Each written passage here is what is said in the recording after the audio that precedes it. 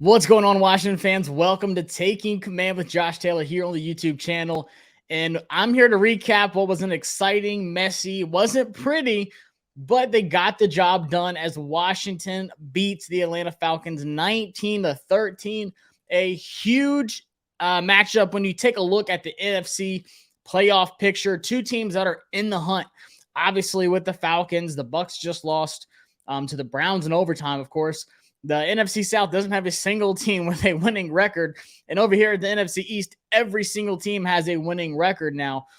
So it's coming down to who can sneak in and get that last playoff spot. Obviously, we have the Giants coming up twice, the Cowboys, and then, of course, we have the 49ers, who could possibly be a wild card team too. So this was a huge game. Big time matchup. It was pouring down rain. I didn't go just because I had a long weekend. Didn't feel like messing with the rain and the long drive and everything. But I knew it was going to be a sloppy one. I knew this would be two teams that essentially want to stick with running the ball because of their quarterback play. They want to stick to running the ball. They want to just control the game, wear the defense out, score some points, but mostly control the game. So these are two teams that kind of wanted to do the same thing, had the same agenda going into this one, but you got to give a couple props, obviously, to the defense, which has been balling out for weeks now. They haven't let their foot off the gas pedal. It's just, they just been going at it. It's just, you finally see all these defensive players just playing together. Doesn't matter who's out. Even with St. Juice out today, Christian Holmes came in, had a couple boneheaded plays, face mask here and there, but all in all, I think he looked good. They say he's been practicing hard. So I like the core, and I feel like it doesn't matter certain things on the team when you have such a good core, especially on your defense. So if a guy like St. Juice is out, the defense still plays well. Now, of course, this Atlanta team isn't the most passing potent team, of course. Like I said, Kyle Pitts is out. He hasn't really had that great of a season anyways. But if you remember last year with Matt Ryan and Cordell Patterson had, 3 touchdowns on us? Him just not scoring alone is a win in my category after what he did to us last time. But just all in all, only 1 sack, but the defensive line was in the backfield a ton. It's just crazy how well Jonathan Allen is playing. I mean, that huge 3rd and 4th down conversions when they're like 4th and 1, 3rd and 1. He got in the backfield. That one play of Cordell Patterson just drug him back, stopped them from getting that first down. Then you have Montez Sweat, who's in the backfield all game. Then, of course, Deron Payne, who's been having his best season in the NFL. He's got to get paid. Has to get paid. Absolutely has to.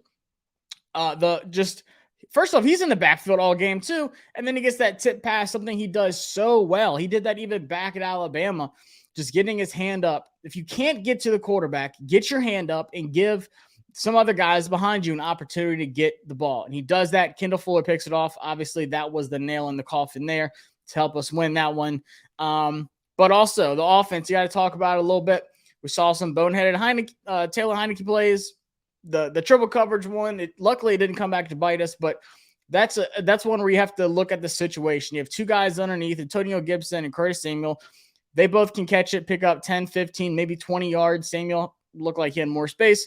So you're in field goal range. You can kick a field goal there before halftime, and it's 13-10 instead of 10-10. That was an interception, but like I said, luckily it didn't come back to bite us. So that's the thing. If it is, you do have these turnovers, don't let them be these back-breaking plays like it was against the Vikings.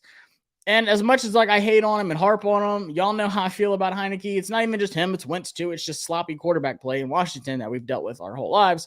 But it's just, when does the passing limitations really hurt Washington? And we beat the Eagles, but we had 3 turnovers that game. So how many times are you going to be able to do that? We stopped the run game, which is, once again, they are very run heavy, but they can also tear you up across, the field with, Smitty and AJ Brown and so on. But at what point is it going to come back? But so far it hasn't, and that's good. And I think it's mostly because of how well the defense has played. But Heineke has made the throws when he's had to. When it comes down to the nitty gritty, hey, you've got to find Terry. You've got to make a big play happen. He's been able to do that. So I'm going to give him his kudos on it. Like I said, today, even though he had the interception, 14 for 23, 138, 2 touchdowns on 1 interception. It was a great pass to Bates in the end zone. I've been dying to see something from Bates lately besides just blocking. But all in all, when he has to make the throws, he does. I just don't know if we have the explosiveness as some of these other teams do. But luckily, the NFC is so down this year. Like, we've already beat the Eagles. Could we beat them again? Potentially, yes. I don't see a reason. We already did it once. Like I said, just had a lot of turnovers calls in that game, though. The 49ers, we're going to find out about them real soon. The Cowboys, I don't know. For some reason, we can never beat them. But this year, they look much improved. Their defense is playing lights out, too. So there's a lot of tests that we're going to see coming up even before we get to the playoffs. Giants twice, 49ers, Cowboys, of course, stay in the season. So, but it really helps when your defense is balling out and then you have a running game that you were leaning heavy on. I mean, running the ball at will against guys these last few games. Since the Bears game, we started running the ball. So as much as I, kind of harp on Heineke and how limited our passing offense is, we really started to lean on that run game so much more since Heineke started, starting at quarterback. So we got to see the true identity of Antonio Gibson running the ball, Curtis Samuel getting some touches as well, but then also just Brian Robinson getting more and more healthy and knocking that rust off. This was his best game, hitting 100 yards today.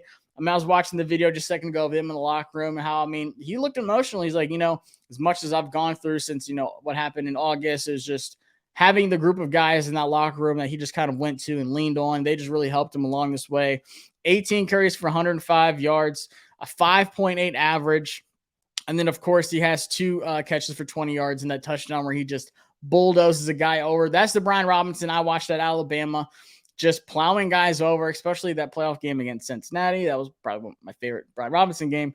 But it's just the difference between AG and Brian Robinson. It's so apparent. But this run game is not a true running game without Brian Robinson. And we said that last year, at least I did. You can only do so much with these elusive backs. I think you can look at the Rams and say the same thing with like Cam Akers and what they try to do in their run game. The Chiefs at times as well struggle to run the ball. They don't have to, though. They've got Pat Mahomes.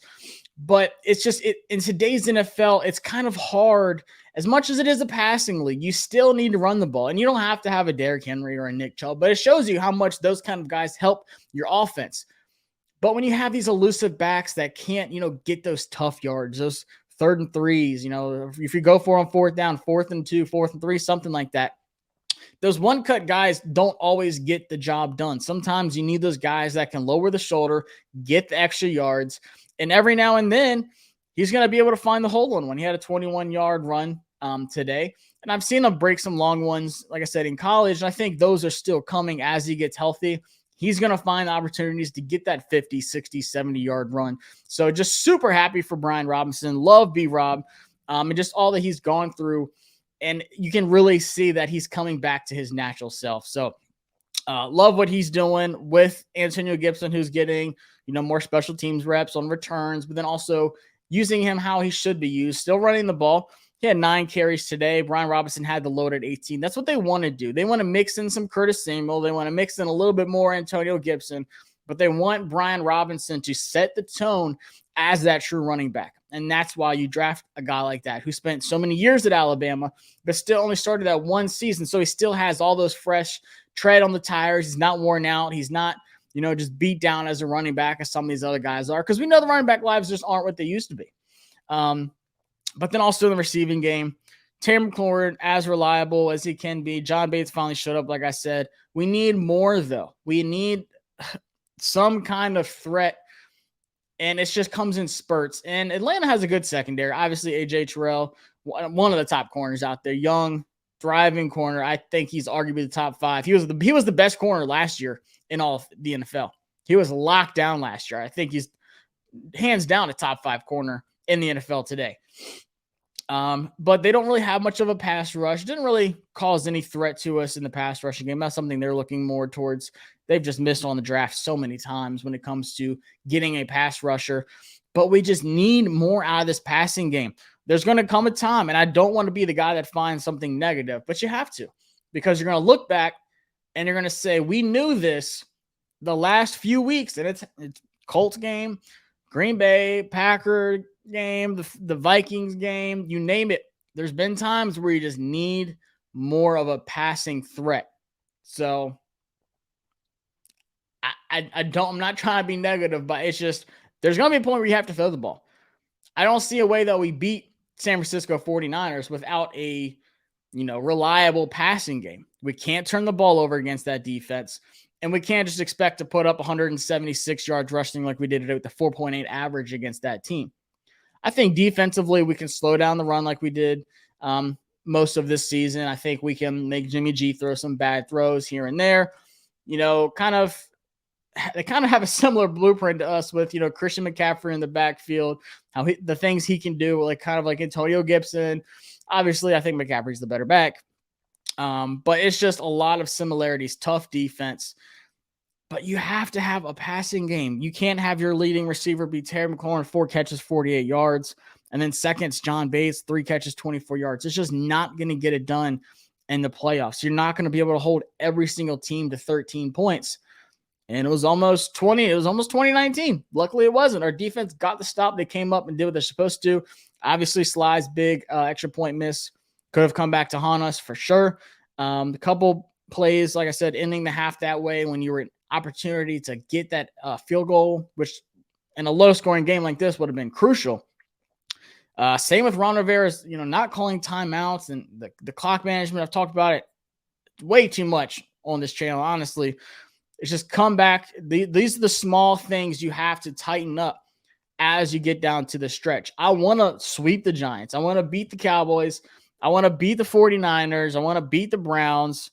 That's all we got left. 2 Giants games, 49ers, Browns, and Dallas. So you've got to tighten these things up. I honestly think that Washington is on the way to the playoffs. You have to win one against the Giants.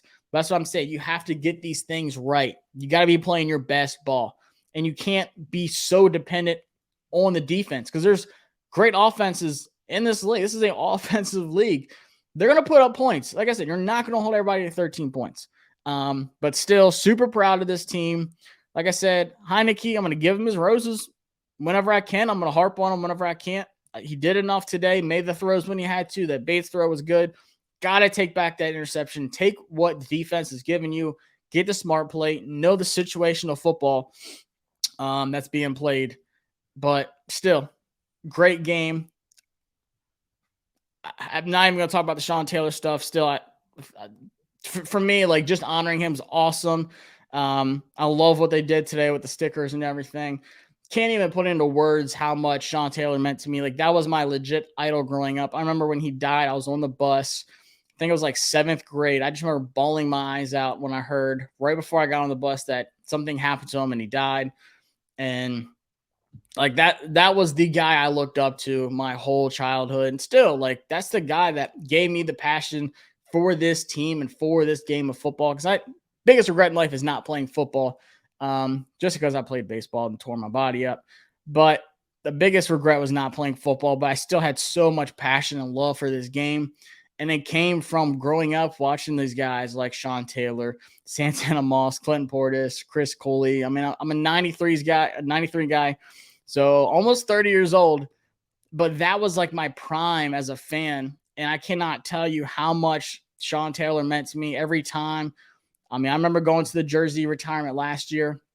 It just hits me every time. Seeing the videos today, seeing his locker every time, it just, as a fan, it just takes me back to being a kid and watching that guy play on the field. And that is what I want to do. That is who I want to be. I want to be that good. Whatever I do, whether it's media, whether it's writing an article, whether it's talking to someone about the game, it doesn't matter. I want to be that good at it. So once again, I just can't even put into words how much Sean Taylor meant to me as a fan. And I know the same for everyone here watching this video as a Washington fan. If you grew up watching him play, he's had an impact on you and his family. Still being around, watching Gabe at Rice play football. I mean, I just love seeing this family still around this organization. So for that, I'm appreciative. I'm just glad we did something for him to honor him. Obviously, retiring his jersey last year was the move to make. And then obviously having something to honor him at the stadium means a lot. So super, I guess, optimistic about this team. We're 7-5 after that rough start. Even though we're last in the NFC East, we have a chance to jump New York because of these 2 games coming up. So going to be talking about that, but I have some big things coming up here on this channel. I'm going to transition a little bit more to just my personal stuff with obviously still talking about football, but more of my personal brand, JTFB, Josh Taylor Football. That's what that's, as you can see, my Twitter somewhere over there, JTFB. It's pretty much me just talking about football. So with Washington, but also what I've learned in like the scouting academy, I do a lot of stuff for the draft. Whether it's articles, whether it's videos, breakdowns. I've done it on another channel I had a while back. Some of my biggest views and hits have come from talking to these players, whether it's interviews on my channel, breaking down their tapes, going to the Senior Bowl, talking to players there. I mean, last year, I can't even tell you, like Kenny Pickett, Sam Howell. I mean, it's just a ton of guys there. Brian Robinson was there. I talked to him at the Senior Bowl. So just a ton of draft content because college, I mean, NFL still got a couple weeks left, but college football, the last regular season game was this past Saturday. So draft time is, for me, all season long, just because you want to follow these guys and you don't want to be the guy at the very end of watching the film like, all right, let me knock out 10 games of this player and then move on to the next one. I keep up with these guys all year long. So subscribe to the channel. Obviously, I'm going to still have my Taking Command with Josh Taylor stuff, but then I have an exciting another playlist I'm going to be bringing in with this draft content because a lot of y'all have been eating that up with my articles and stuff. Like I said, a lot going on. The football season is not even close to over for me, honestly, with recruiting stuff for Penn State, the Washington stuff here. We've got a playoff run and then the draft coming up. It's football is year long. There is no gap for me. So subscribe to the channel for all of your Washington Commanders content. And very, very soon, I would say the next week and a half, at most 2 weeks, I'll be having some draft content on here. So keep an eye out for that because we got to build this team up. There's still some adjustments to be made, but we're making a playoff run right now. 7-5. I don't care if we're last in the NFC East. We have our chance. 3 NFC East games left to at least jump the Giants. I don't think we'll jump the Cowboys, but we don't need to. We can slide in as that last team in the wild card. So hope you all enjoyed this win. Soak it in. Victory Mondays tomorrow. Or if you're watching this on Monday, Victory Monday is today. But like I said, subscribe, like if you enjoy what you see. Appreciate all the support. And drop your comments below. What you think? What are you looking forward to improve on from? What impressed you the most out of this? And then what are you looking forward to these next few games? I'll be at the Giants game on the 18th. So if you're going to that, let me know. It's, like I said, I love this Giants game. I remember that one last year, that kick at the end and the offsides and everything. It was a little bit rainy. It was super late, but still a great time. I stayed there with Rio super late at the stadium. I think I got home at like 3 a.m., something like that, just because we were partying out in the stadium. Like I said, stay tuned. Got a lot of good things cooking up if you made it this far. I appreciate you. Subscribe to the channel. I'll see you all next time on Taking Command with Josh Taylor and soon to be changing into something else. Peace out.